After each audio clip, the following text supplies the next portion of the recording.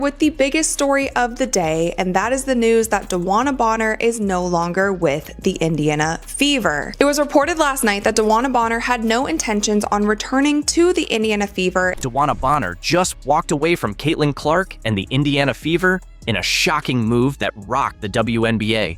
But her attempt to push for a trade to a new team has completely blown up in her face. Now, she's being shut out by the entire league. She's lost millions, and her once strong reputation is in ruins. This is the story of how a respected veteran unraveled her own legacy in just a few weeks, and the swift fallout that came with it. She said, "I want to sincerely thank the Indiana Fever for the opportunity to be part of the Fever franchise. Despite our shared goals and excitement heading into the season, I felt the fit did not work out, and I appreciate the organization's willingness to grant my request to move on, particularly at this point in my career. I wish the Fever great success as they continue to build around this dynamic group." The news first came out through a polished corporate-style press release. The Indiana Fever stated they had honored DeWanna Bonner's request for a contract divorce. In her official comment, Bonner offered polite thanks to the organization and vaguely mentioned that, despite aligned goals, the fit just wasn't right.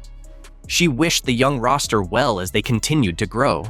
At first glance, it appeared to be a mutual, respectful separation, a clean professional break. But beneath that courteous veneer was a far messier and more turbulent reality. If another team claims her off the waivers, she gets her full salary. She gets her full salary if another team claims her off the waivers. Behind the polished language, a respected veteran was walking away from her team mid-season, unleashing chaos in a locker room, desperate for stability. This wasn't about a poor fit. It was a clear decision to abandon a group of young, impressionable players who had counted on her leadership, leaving them to face the overwhelming media spotlight surrounding Caitlyn Clark entirely on their own. Thing that makes DeWanna Bonner look really, really bad. It makes DB look really, really bad. And it's the fact that she has told all other teams, other than the Mercury, don't sign her. When a player's contract is ended in the WNBA, they go on waivers. That gives the league's 11 other teams 48 hours to claim the player and take on their full guaranteed salary. In this case, DeWanna Bonner's $200,000 for the season. For a three-time All-Star with championship pedigree, getting picked up should have been automatic. She was essentially a free veteran addition, a proven scorer who could boost a contender or mentor a young squad. The timer began, but when the 48 hours passed, the only response was silence across the league. And look, I understand that's where she wants to go. Why didn't she go there in the summer? We know why, because she couldn't have got her max contract. And by the way, people are like, oh, they can give her the minimum. No, they can't. The Phoenix Mercury can give her a prorated $80,000 salary for the rest of the year. So she's only going to lose about 30K-ish. Not one team submitted a claim. Every franchise in the WNBA assessed the situation and unanimously decided she wasn't worth the risk, even at no cost. And she's only going to lose, she's going to lose about 40-50K, whereas they would have been only able to sign her earlier on. Well, they would only be able to sign her for nothing because, again, we can't forget as well, the Phoenix Mercury cut Sevgi Uzun. The Phoenix Mercury have a bunch of players signed on hardships and a bunch of players that they can cut. Like, they literally cap space magicked up. And as soon as cap space magics up for the the Phoenix Mercury, that moment shattered any illusion of a mutual, respectful parting. It was a league-wide rejection, a glaring warning sign of how toxic her departure truly was. As the dust settled around her waiver status, details started leaking from behind the scenes. Bonner was allegedly pulling off a bold power move. According to insiders, she was directly contacting teams and urging them not to claim her off waivers. Her plan was to manipulate the system and steer herself to one destination, the Phoenix Mercury. The boldness of this strategy is staggering. We've seen top-tier stars like Jimmy Butler face major backlash for forcing exits. But here was Bonner, at 36, clearly in the latter stages of her career, acting as though she held MVP-level leverage. She wanted to dictate her next landing spot as if she were a free agent, conveniently ignoring that she had just walked out on a valid contract. She was trying to have it both ways, abandon her team, yet still control her future. But her master plan had one critical flaw, one that exposed the miscalculation at the heart of her gamble and turned her ideal landing spot into a looming disappointment. The Phoenix Mercury, the very team she had scorched bridges and alienated the league to join, were reportedly reluctant to bring her aboard. Sources revealed that Phoenix's front office had serious concerns about adding a player who had just showcased a blatant willingness to quit the moment adversity hit. The Mercury were riding high on the momentum of a young, hungry roster that had fully bought into the system and were exceeding expectations. Why risk unraveling that delicate chemistry for a veteran who had just proven she couldn't be relied on when it mattered? Bonner had left Indiana assuming Phoenix would welcome her with open arms, only to find the door wasn't nearly as open as she'd believed. The financial toll of this misstep was just as brutal as the damage to her credibility. By going unclaimed on waivers, DeWanna Bonner automatically lost the remainder of her guaranteed $200,000 contract with the Indiana Fever. When she finally signed with Phoenix, it was for a pro-rated veteran minimum contract for the rest of the season, bringing in roughly $80,000. The math tells the story. She willingly gave up over $120,000. This wasn't some calculated move. It was a disastrous, self-inflicted loss, driven by ego and an overestimation of her leverage. Her failed attempt to control the league's chessboard ended in a six-figure mistake, painting her as both selfish and deeply naive in the eyes of team executives and fans alike. But the consequences extended far beyond money and reputation. The real cost was felt by the person who needed her most, Caitlyn Clark. When Bonner joined the Fever, she was promoted as the seasoned leader who would help guide the rookie star through the overwhelming spotlight of her debut season. In early practices and preseason games, Clark looked genuinely eager to learn from her, working hard to build chemistry and soak up the veteran's wisdom. Instead of offering that support, Bonner sent a clear message to Caitlyn Clark and the entire young roster that when pressure builds and things get hard, it's perfectly acceptable to quit and walk away. It was a blatant act of professional abandonment. For one of the first times in her rising career, Caitlyn Clark was essentially told by a respected veteran that she didn't want to share the court with her. That's not leadership. It's a betrayal of trust that left the league's brightest star and her team reeling. And this brings us to the most disturbing and controversial question of all. Was this entire move planned from the beginning? The timing is simply too suspicious to ignore. Bonner originally signed a headline-making deal with Indiana, placing her directly in the media frenzy that surrounded Caitlyn Clark.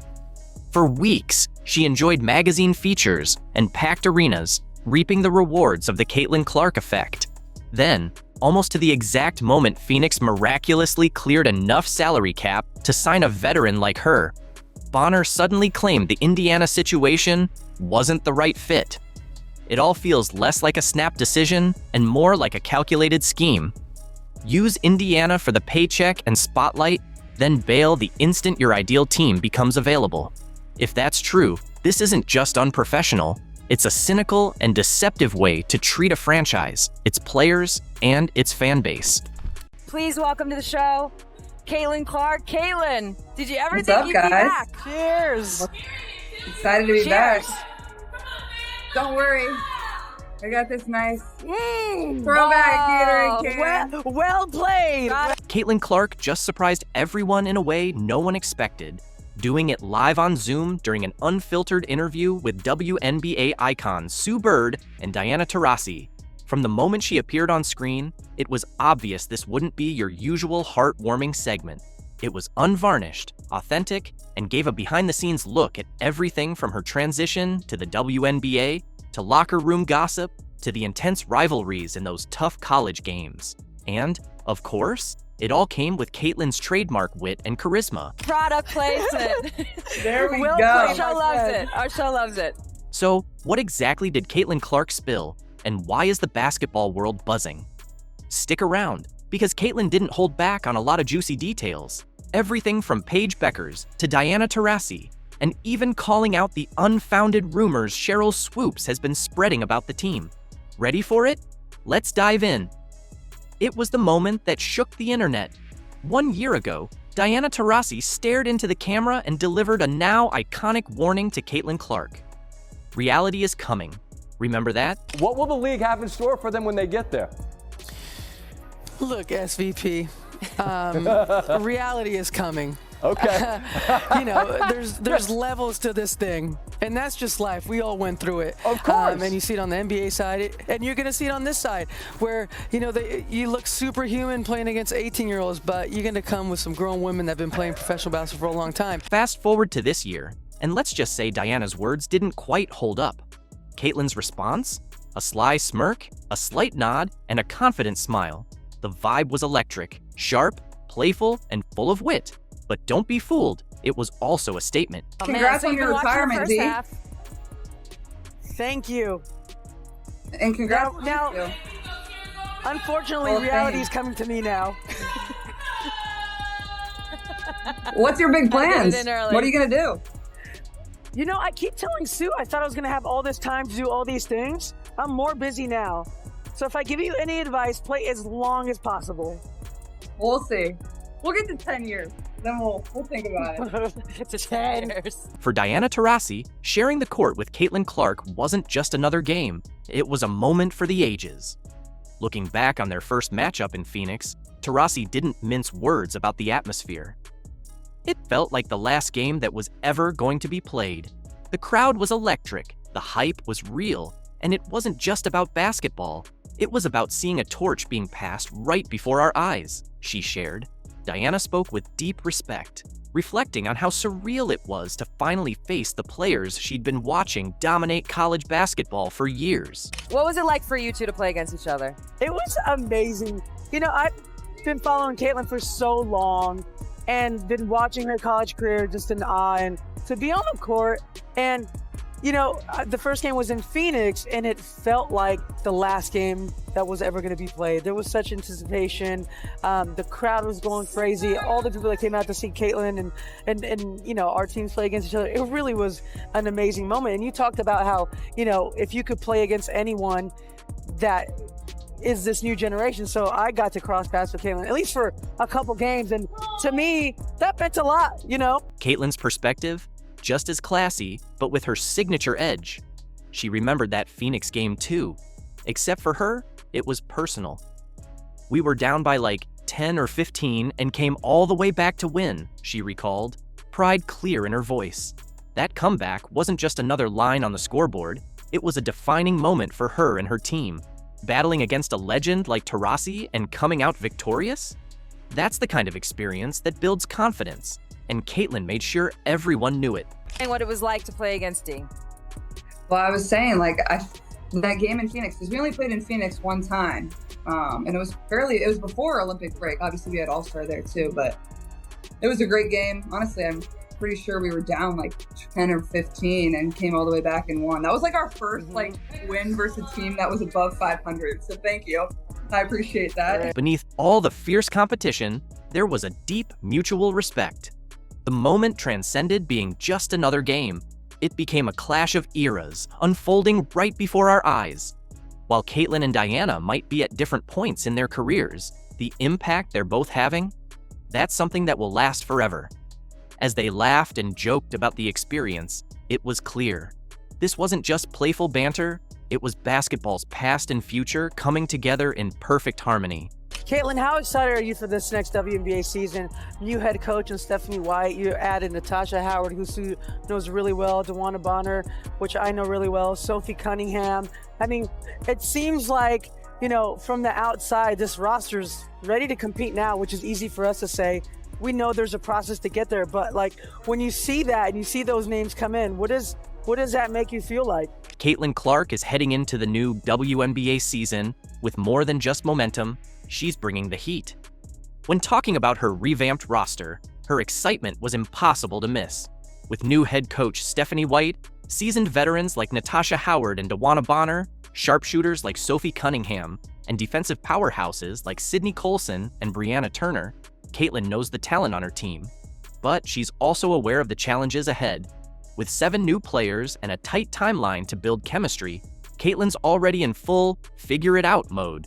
and she's ready to tackle it head on. Oh, well, I mean, obviously on paper we have a really good team, but you only have, we start training camp, I think, on the 27th, and then we have a back-to-back of preseason games on May 3rd and May 4th. So it's you have a very short amount of time to put that together, and 7 new pieces, and whether we carry 11 or 12, more than half of our roster, that's a hard thing within itself, but we should be pretty good. And I'm excited about it. I think what we needed was, we added a lot more experience.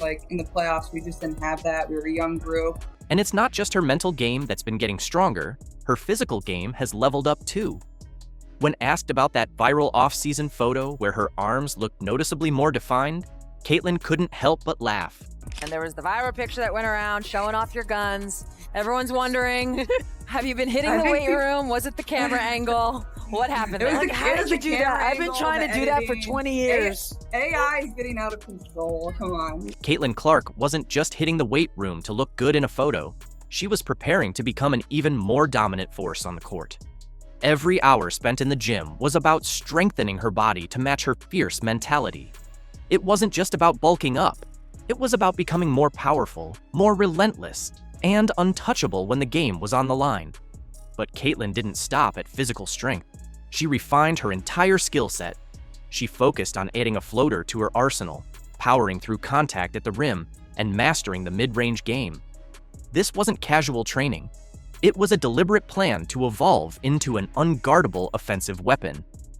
Caitlyn isn't just preparing to keep up with the competition, she's training to take over. Every move, every shot, was with the intention of dominating in ways we've never seen before. It's one. A lot more to come. Shout out our fans. Absolutely incredible. Thank you guys for showing up, showing love to all my teammates. We appreciate you. More to come. The Chicago Sky just got a harsh reminder. Don't keep Caitlyn Clark off the court for 7 months.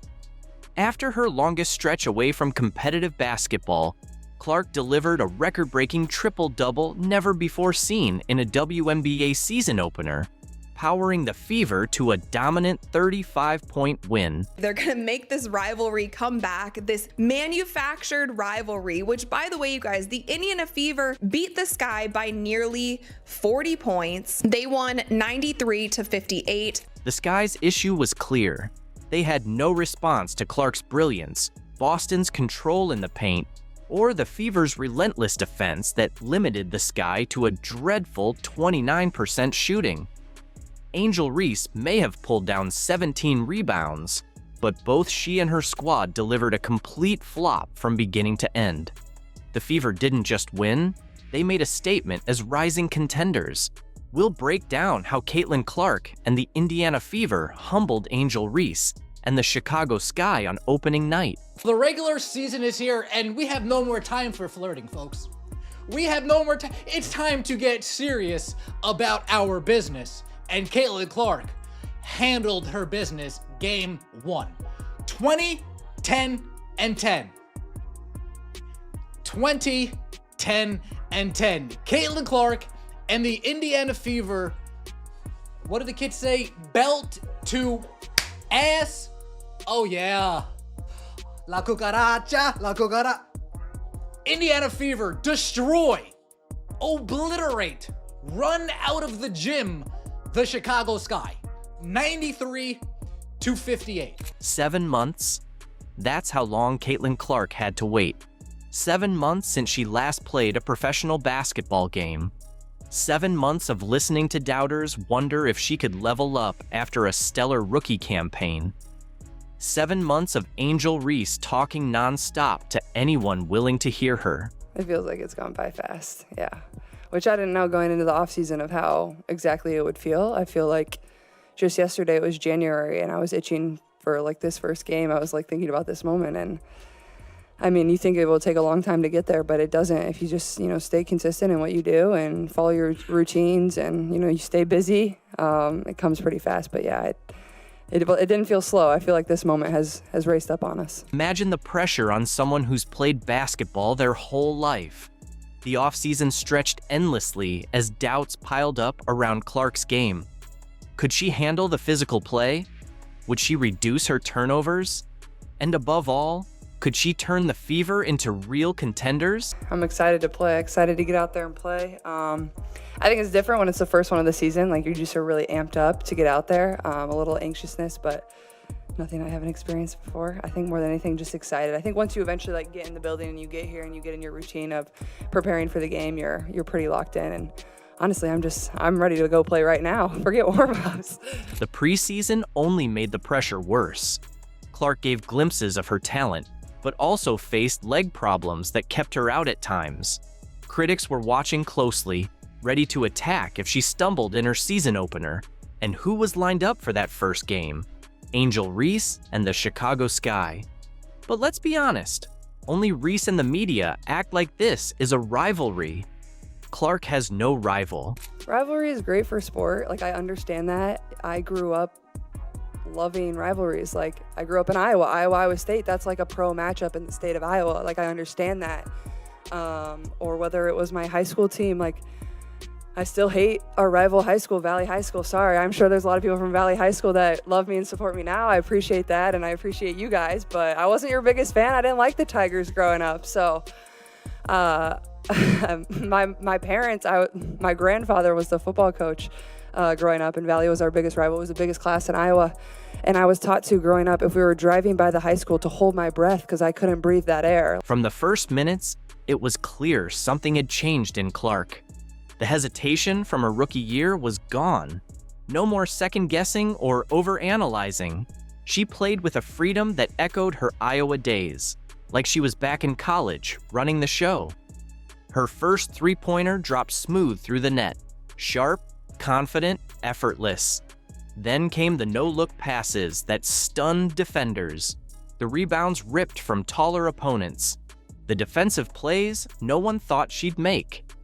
This wasn't just Caitlyn Clark performing. This was Caitlyn Clark making a statement.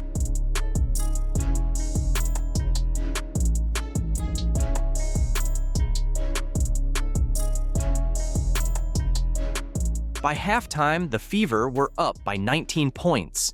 Clark was already on the verge of making history.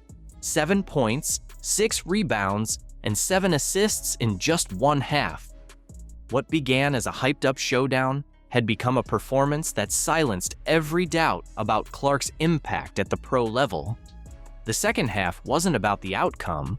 The Fever had that locked. It became about the record books. Could Clark keep up her all-around brilliance? The answer came in the fourth, when she grabbed her 10th rebound, sealing a triple-double with 20 points and 10 assists already secured.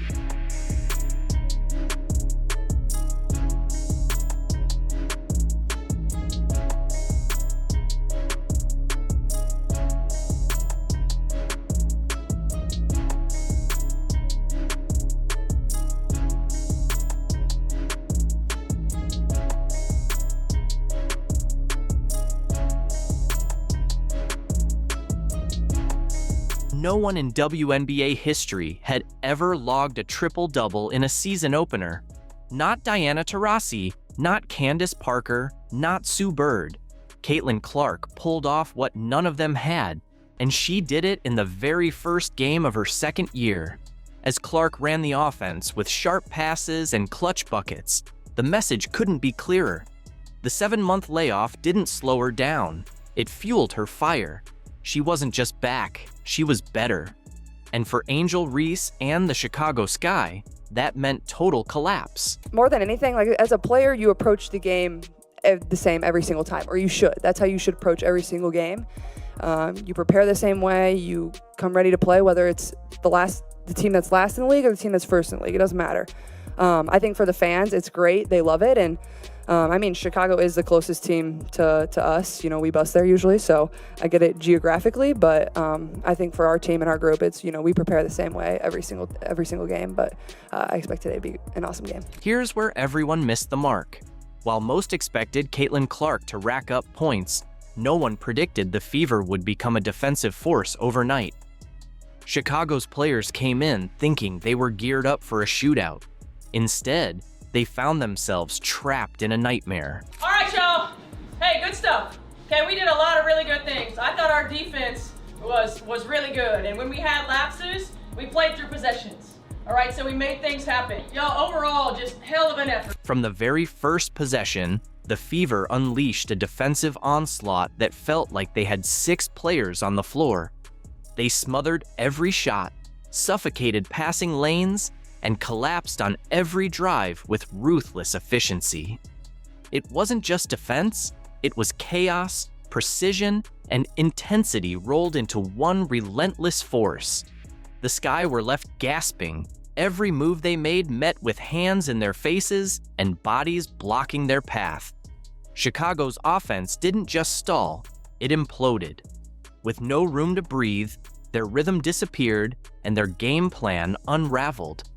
They looked disoriented, hesitant, and outmatched, as if they'd stumbled into a storm they never saw coming. The Fever didn't just play defense, they made a statement, and the Sky had no answer. I think, kind of how you mentioned earlier, just finding the rhythm, finding the confidence in game. Shooting 25 shots in a row in practice is different than getting your 4 looks in a game and not being able to knock them down and having the confidence to continue shooting them. So I think just getting the opportunity in that second half of the season and seeing them go in and then continuing to get those open looks really just fed that confidence, and I think that hot streak towards the end. I couldn't bring myself to face my teammates anymore. We just longed for it to end. These chilling remarks from Lexi Hull shook the WNBA landscape in her latest explosive interview. Hull finally speaks out about the Indiana Fever's 2024 season with Caitlyn Clark. What transformed this struggling squad into championship contenders? Why did Hull's bond with Clark surprise everyone? Hull uncovers the team's secrets, locker room tensions, and the truth behind their legendary turnaround. You won't believe what truly happened behind closed doors. I mean, the numbers support it. We obviously know it is a truism, but even last year, where the numbers were not where you wanted them to be, when you played 10 to 19 minutes, you shot 11% from 3. When you played 20 to 29, it was 22%. You played north of 30 minutes, you were 33%. You were finding it as you went, and then obviously you've elevated all of those levels in the process. Was there a moment that, when you're talking to Christy Sides early on, where you're being told, I am going to get more of this playing time, more of this opportunity? And does that help feed your confidence as well? The 2024 season kicked off as a relentless nightmare for the Indiana Fever. Lexi Hull reclines in her chair, takes a deep breath, and reveals what truly transpired during those grueling early weeks. 11 games in just 20 days. It still sounds unbelievable, even when she recounts it now. She shakes her head in disbelief. This wasn't merely a tough schedule, it was the most intense stretch the WNBA had witnessed since 2003. I mean, honestly, I can't really pinpoint a moment. It was, I think, just I was given a chance in a game, and I hit a couple early ones, and then you get a couple more minutes, and you hit another one and you get a couple more minutes. So it wasn't ever like I was told you're going to be playing today, make sure you take advantage of it. It was just, Right. when you're sitting on that bench and you don't know when your number is going to be called, and when it finally is called, just trying to take advantage of it. And I was just happy that the ball went in. We were trudging back to the hotel at 2 a.m. after a game, and guess what? Another game awaited us the very next night. Hull discloses that the team was completely drained, barely having the chance to analyze game footage, let alone train. The physical toll was unmistakable. Ice packs, trips to the training room, and fatigued faces became commonplace in the Fever locker room. Yet, the mental strain was even more intense. Hull's voice softens as she recalls those dark times. Doubts begin to creep in. Your shots miss, your legs feel heavy, and the losses keep stacking up. It messes with your mind.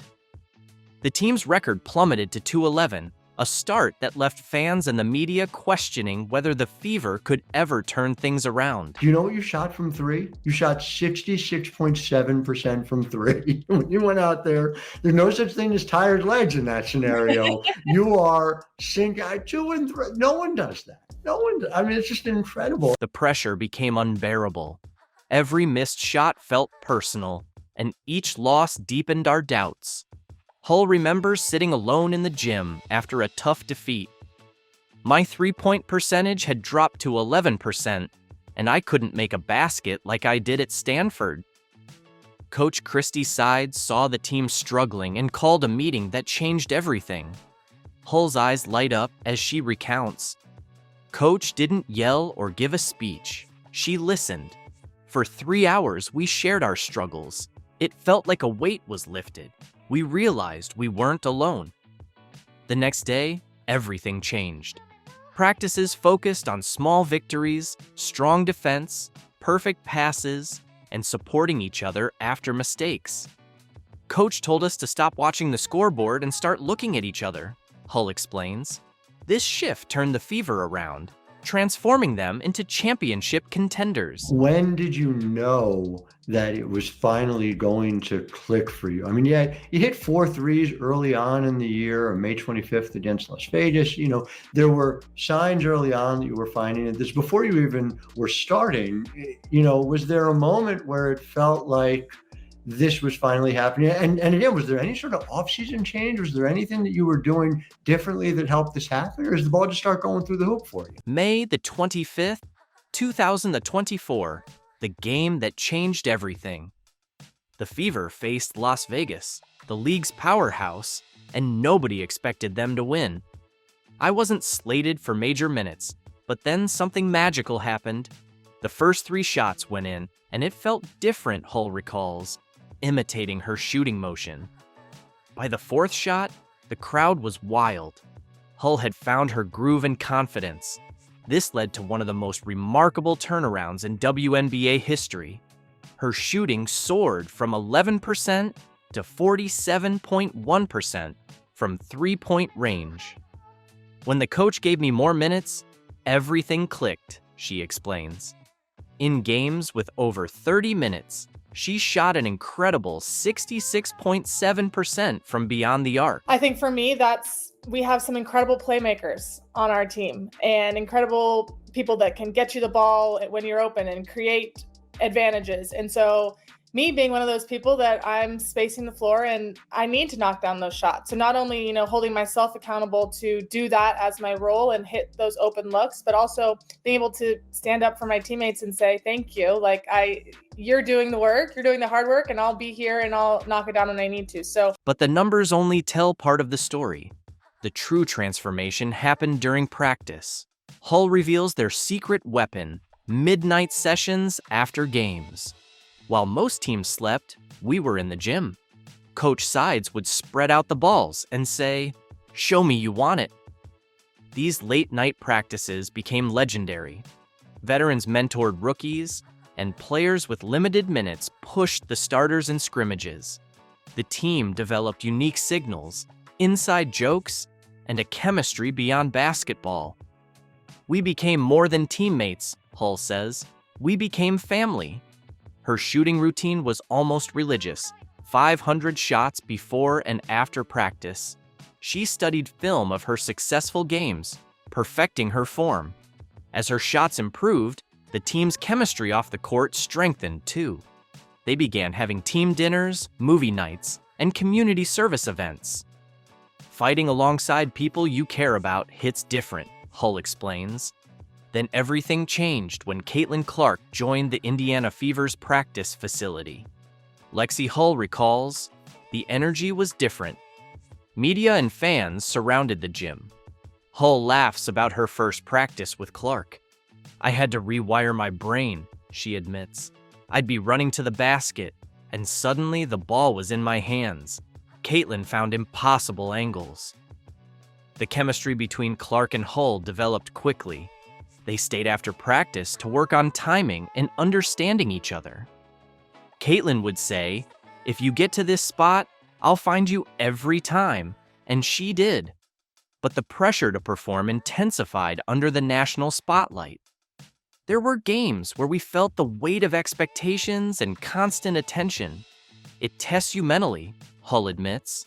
From nearly quitting to becoming one of the WNBA's deadliest shooters, Lexi Hull's journey with the Indiana Fever is about never giving up. Unearned fame and fortune are far more destructive than they might appear. And right now, there's no organization on the planet that proves this point more than the WNBA.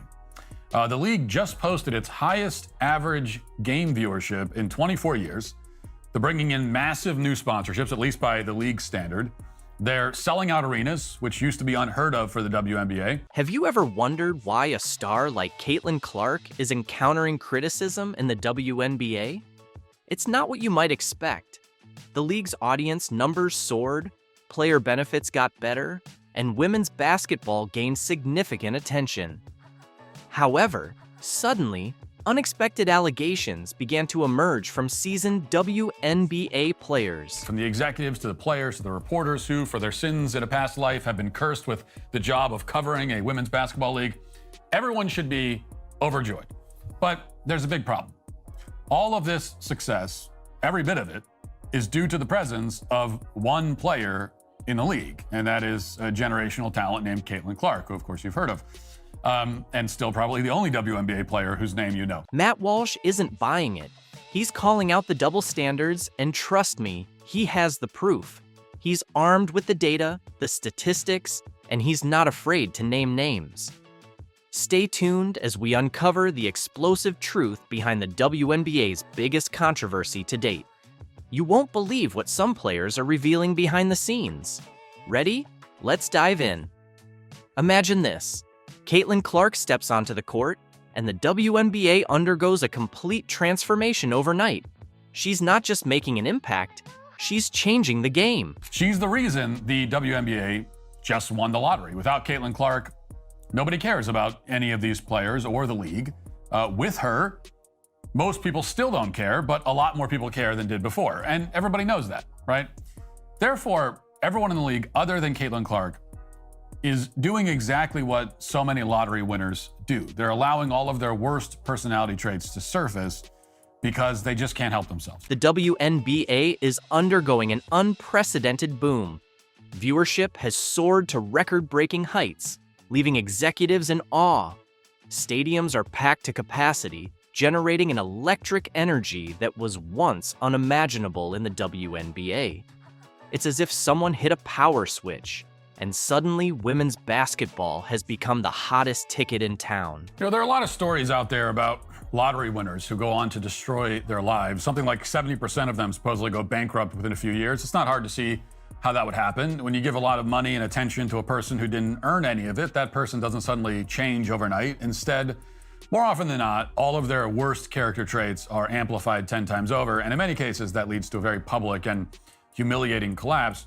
This is a principle that doesn't just apply to individuals, it turns out. It applies to organizations too. This surge in popularity is bringing in significant investments. Sponsorships and major deals are flooding in like never before. It's as though the floodgates have opened, and everyone wants a slice of the WNBA action. Players are enjoying enhanced benefits, and the league is attracting attention from unexpected sources with a surge of new fans. But here's the kicker. Not everyone is celebrating. Some players are voicing their frustrations. Can you believe it? Amidst all this success, underlying discontent is starting to surface. There's been a lot of resentment in this league lately, in particular since the season began. And the thing about resentment, as we all know, is that it tends to fester over time. It gets worse and worse. That's exactly what we're seeing now. It's truly perplexing. On one side, the league is finally gaining the recognition it has been yearning for. On the other, some players seem discontent with the very achievements they've been striving toward. Why? That's the million-dollar question. Are they envious of Clark's sudden rise to stardom? Concerned about what this means for their own careers? Or is there something more beneath the surface? Race hysteria in the WNBA has somehow reached yet another inflection point. The league is currently in the midst of what really might be the single most contrived racism scandal, certainly in any professional sport, at least since the fake noose in Bubba Wallace's garage. Specifically, a bunch of WNBA players have come out claiming that they've been victimized by racial slurs and other forms of racist attacks. Like, a lot of players are claiming this. Imagine this. The WNBA is soaring on an unprecedented wave of popularity, and then a bombshell hits that shakes the league to its very foundation. We're discussing explosive accusations of racism that threaten to dismantle women's basketball. It's like striking a match in a room filled with gasoline. How do you feel about what has happened over the past year with the W since you first came in to where it is now? And obviously the game has grown and there's new fans, but how do you appreciate the new fans without all the noise that's coming with them? I appreciate the new fans that sit there and yell racial slurs at myself, my teammates, and the people that I play against, because those might be opponents, but those are friends too. They don't deserve that. So I don't appreciate the new fans. I think it's okay to do that. Brittany Griner, one of the league's biggest stars, steps forward with a startling allegation. She claims that new fans are hurling slurs during games. Can you believe it? The question that Brittany Griner was asked was about the massive growth of this league, which was dead in the water just a year ago and had been dead for its entire existence. And the reporter asked, what do you think of all the new fans? And in any other context, when someone says, what do you think of all the new fans that are coming in? Usually it's, oh, it's great. We love how everybody is supporting the league and we're so grateful. None of that. Instead of some gratitude, some appreciation for the people who have saved the WNBA, who pay to come out to see bad players like Brittany Griner, instead of that, we get resentment. Now for the details. None of these racial slurs have been confirmed, even though some are alleged to have happened during games. As far as I know, none of them have been captured on camera. Interesting. There's no visual or audio proof to back any of these claims. Not a single trustworthy report either. That's highly unusual, especially considering there are cameras and smartphones at every WNBA game. Walsh isn't holding back. He's stating it exactly as he sees it, asserting that these accusations are completely fabricated. It's a daring claim, but it's making people take notice. But let's slow down for a moment. Why would players fabricate something so serious? That's the million-dollar question sparking intense debates among fans and critics alike. Are they trying to create drama? Is there something else happening behind the scenes? If there were, the videos would be all over the internet, but they're nowhere to be found. They don't exist online. So instead, we're left having to rely on the players' statements. The entire situation is causing turmoil within the league. On one side, you have players feeling wronged and calling for action. On the other, there are skeptics like Walsh demanding solid evidence before making any judgments.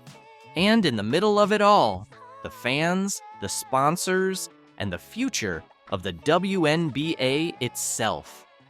We have more eyeballs on the game, and Caitlyn Clark brings that. Why would we feel some kind of way? WNBA icon Lisa Leslie recently shared her thoughts with unexpected candor regarding the Caitlyn Clark TV controversy. When questioned about the Indiana Fever's overwhelming presence on national television, with an astonishing 41 out of 44 games broadcasted, Leslie's response turned heads and sparked widespread discussion. Did an interview with USA Today, and I wanted to jump on really quickly and share that in case you missed it, and also share my perspective, because it's so noteworthy how Lisa Leslie responds to the news that the Indiana Fever. Her insightful viewpoint completely turns the conversation around, shedding light on why some of the most influential figures in women's basketball see the situation in a radically different light than many of today's critics. The statistics are undeniable. The Indiana Fever are set to appear on national television for 41 of their 44 regular season games, marking an extraordinary level of exposure for any WNBA team. This announcement has ignited intense debates online, with some accusing favoritism, while others applaud the added visibility for the league. Caitlyn Clark making waves without winning a championship, despite getting very close. If UConn doesn't take it this year, it feels like, Paige is going to be in that same boat. So I'm curious if you think winning an NCAA championship is needed for that eventual GOAT conversation, greatest of all time. When USA Today recently asked 4-time Olympic gold medalist and WNBA legend Lisa Leslie about the controversy, her response surprised many. Instead of jumping on the bandwagon of criticism or expressing any frustration, she offered a masterclass in perspective. Her answer perfectly illustrated why the legends of women's basketball see the situation in a way that differs greatly from some of today's critics. Marketing, and we cannot deny what Caitlyn Clark has done for the women's game. I'm not going to act like it's something that we don't see. She's had a huge effect, called the Caitlyn Clark effect. Yes, have we ever had teams have to get into larger arenas to play against a team? No, we have not. So if we have more eyeballs on the game and Caitlyn Clark brings that, why would we feel some kind of way because she has more television games? I think we have to understand that when one player eats, we all eat. And as we all get more opportunities, it just opens it up for everyone else. And I think Caitlyn has said that even herself in certain interviews. And I love that. I love that she's not the player who's like, it's all about her. It's not. She's giving love and homage to those of us that have come before her. She shares the wealth with her teammates, and she doesn't have to do that. So I just don't, again, I don't know what the big deal is about the fact that Caitlyn is getting a lot of love. She deserves that, and she's helped change this game just as a lot of other players have. But it is what it is, and I think that we are all benefiting. I believe it's all about money, marketing, and we can't ignore what Caitlyn Clark has done for the women's game, Leslie said with conviction. I'm not going to pretend it's something we don't see.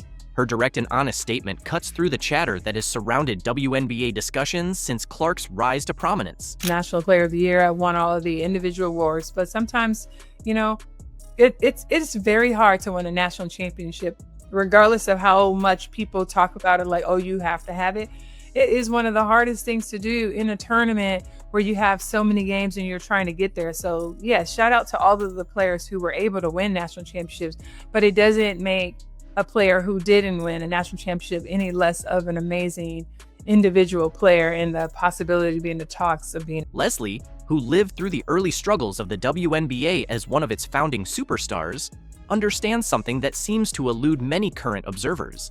This level of attention is unprecedented and should be embraced. Have we ever had teams having to play in larger arenas to accommodate a crowd? No, we have not, Leslie pointed out, referring to the numerous venue changes across the league to meet the demand for seats at Fever games. This simple remark speaks volumes. Leslie isn't viewing Caitlyn Clark's impact through a lens of jealousy or insecurity. She's placing it within a historical context, something she's uniquely qualified to do as someone who witnessed the league's formative years. What makes Leslie's perspective particularly valuable is that she brings the experience of having to build the league with far less support and recognition. During Leslie's early years in the WNBA, players fought just to get basic media coverage. They played in smaller arenas with limited broadcast opportunities, laying the foundation for today's increased visibility through sheer talent and perseverance. Given this history, one might expect Leslie to feel frustration over the attention Clark is receiving so early in her career. But instead, Leslie offers a level of wisdom that highlights why the pioneers of women's basketball often have a different viewpoint from some of today's critics. When one player eats, we all eat, Leslie explained. As we all get more opportunities, it opens doors for everyone else. This philosophy underscores the fundamental divide in how people view Clark's rise. While some see the attention as a zero-sum game, where Clark's visibility means less spotlight for others, Leslie sees the expansive potential. More exposure leads to more viewers, which means more revenue, and more revenue leads to better contracts and improved conditions for all players. Leslie also praised Clark's approach to the spotlight. I love that she's not the player who's like, it's all about her, Leslie said. This speaks to an often overlooked aspect of Clark's character, her consistent efforts to redirect attention to her teammates and to the larger women's game. Despite the media frenzy surrounding her, Clark has repeatedly emphasized that she's just one player in a league full of incredible talent. I don't understand what the big deal is about Caitlyn getting so much love, Leslie continued. She deserves it, and she's helped change the game, just like a lot of other players have. Leslie's statement highlights a crucial difference in perspective. She doesn't see recognition as something that should be evenly distributed regardless of impact. Instead, she acknowledges the reality that different players contribute differently to the game's growth, and the attention they receive often reflects this. What stands out in Leslie's comments is how they contrast with the narrative pushed by some media outlets. Rather than framing Clark's popularity as divisive or unfair, Leslie sees it as something positive for everyone involved. "We are all benefiting from the effects that she's had on the game," Leslie said. "I just appreciate the way she shows up."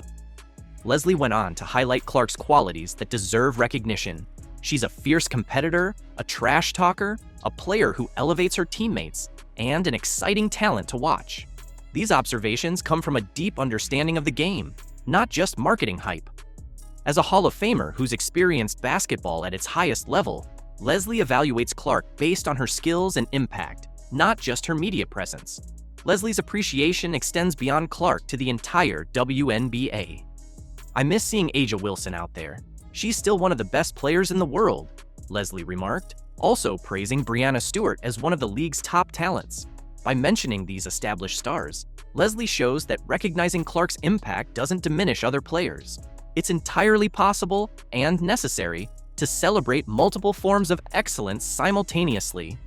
Leslie then addressed the core issue directly: the disparity in televised games between the Fever and other teams.